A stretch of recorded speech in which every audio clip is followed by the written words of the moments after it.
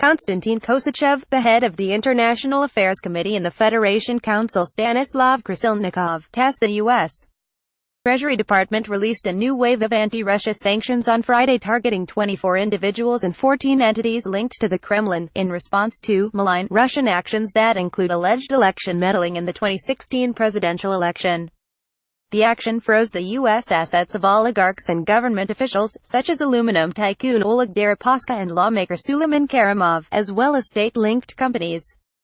This is how Russia reacted to the news. General Vladimir Zhibarov, deputy head of the Federation Council's International Affairs Committee: "This is complete lawlessness and impotence, insanity, that we're seeing from the side of the Americans. It's because all of their projects on the international arena are failing, one after the other." Konstantin Kosachev, the head of the Federation Council's International Affairs Committee: "This is a path to nowhere. You can't intimidate Russia with this, let alone break it." Alexei Navalny, Russian opposition politician: "I look at the new list of Russian officials and oligarchs put under U.S. sanctions. I remember how they drank champagne for Trump's victory in the election. I laugh." Read more. U.S. targets oligarchs and new wave of anti-Russia sanctions. Alexander Shokin, head of the Russian Union of Industrialists and Entrepreneurs: "It looks like the Americans will be using terrorist methods. In other words, they will kill hostages. They're going to select people from the Kremlin list as hostages, so that the others see that the same will happen to them if they don't behave correctly." Russian state arms exporter Rosoboronexport: "All the loud statements and accusations are just a pretext to squeeze Russia out of the international arms market.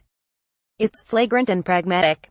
This is unfair competition in its purest form." Industry and Trade Minister Denis Manturev: "As for Russian companies under sanctions, we will support them even more. We will not accept banks and consumers avoiding working with sanctioned companies. We will severely punish this." Read more. There are no oligarchs in Russia, Kremlin claims amid reports of new U.S.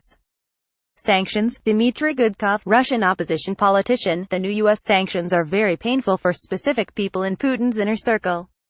Though we don't really have anything to be happy about, we're all their hostages.